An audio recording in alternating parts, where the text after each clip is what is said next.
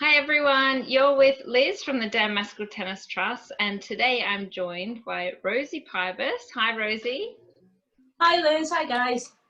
And Rosie is one of our most popular and most well-known visually impaired tennis players in this country, and she's going to tell us a little bit about how Dan Maskell funding has helped her through her tennis career. So we're going to get started with a few questions, and we're also going to watch Rosie in action as we listen to her answers. So, Rosie, can you just start with telling me about how you first heard about Dan Maskell Tennis Trust?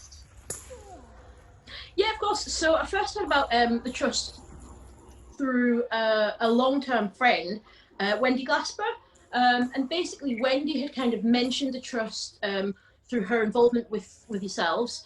I think Wendy was previous recipient of some funding towards her level 1 and level 2 coaching qualifications. Yep. And it was when BI tennis was kind of first starting in the region.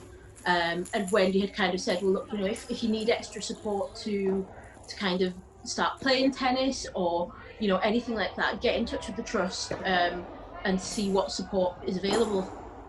Excellent. Good work, Wendy. So then once you had applied for the funding and found out you were successful, what did you actually use that for? So I used my funding for some one-to-one coaching sessions.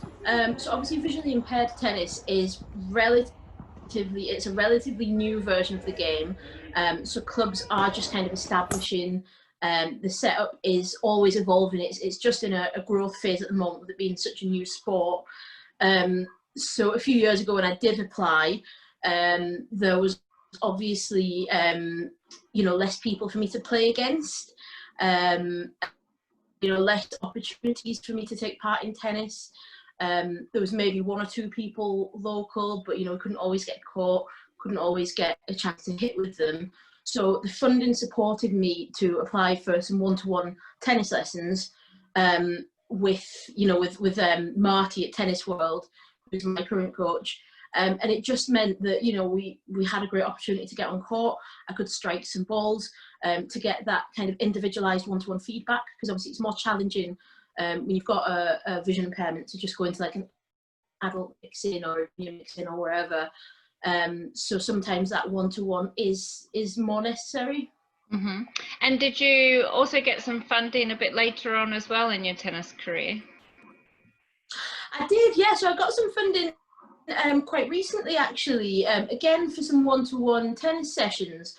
That was actually in support of me going to the World Championships. So I was selected as part of the GB Visually Impaired Tennis team. I was selected for the squad, and from there I made it onto the team. And the funding, it just made sure that I was as prepared as I could be and as ready as I could be to play, some of the best tennis that I've ever played. That's great. And how did you end up doing while you were at the World Championships? So recently we were in Spain. I managed to come first in my category. So gold. I was delighted with that. And, a lot of the, gold medal. Yeah. Wow. Which was absolutely surreal. It was just an amazing experience. That's great. And Rosie, have you also told other people about the trust, and have you known other people who have got funding through us as well?